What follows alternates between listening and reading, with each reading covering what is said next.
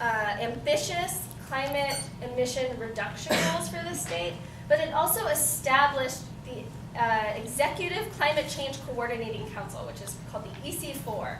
And all of our state agency directors sit on this council and are charged with addressing how climate change impacts the work they do. So whether it's the Department of Health, our director, Dr. Alexander Scott, or the director from DOT or DEM, they're sitting at a table together monthly talking about how climate change threatens our state, but also what kind of opportunities it provides their agencies to get involved. And this is something that is not happening. We're very lucky as a small state that we can do this. It's not happening across the country. There are some states that are doing this kind of work, but we're really fortunate that we are able as a small state to have this kind of momentum. So not only are our directors coordinating, but I am really fortunate I get to work with people from all over our state agencies and partners in our community to come up with collective and cohesive solutions. So we're not just thinking about it from a public health standpoint, but we're thinking about how can public health be at the table with DEM, with transportation, as they're making decisions and thinking about how we collaborate and look at this in a holistic way and not just within our silos or sectors.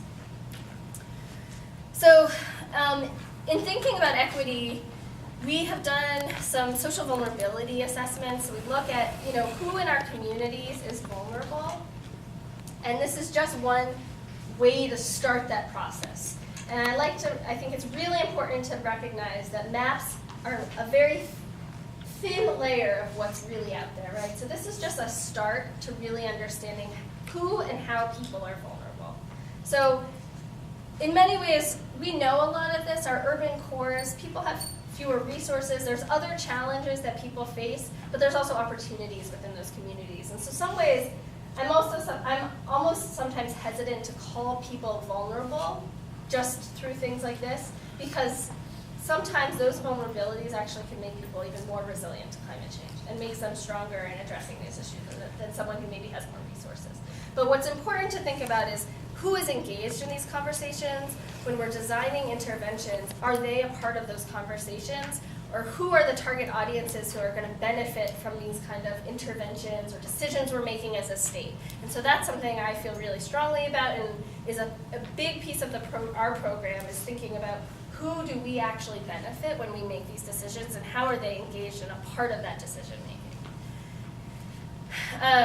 So I want to give just a couple examples of some of the programs we have, and this is just to explain sort of some of the work we've done in the past. So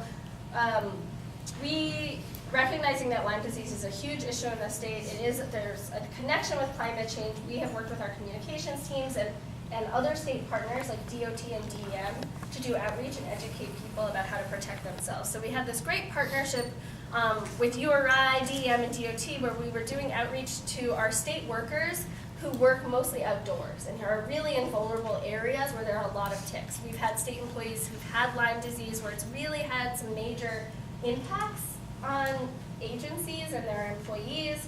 And so this was sort of a train the trainer and helping lead by example for our other partner agencies to show them that this is an important health issue that they can take the lead on within their agencies and train their staff. So not only are we doing that, but we're reaching out to schools and camps, working with school nurses, senior centers, people who are outside gardening or doing landscaping work, and making sure people are aware of how to protect themselves.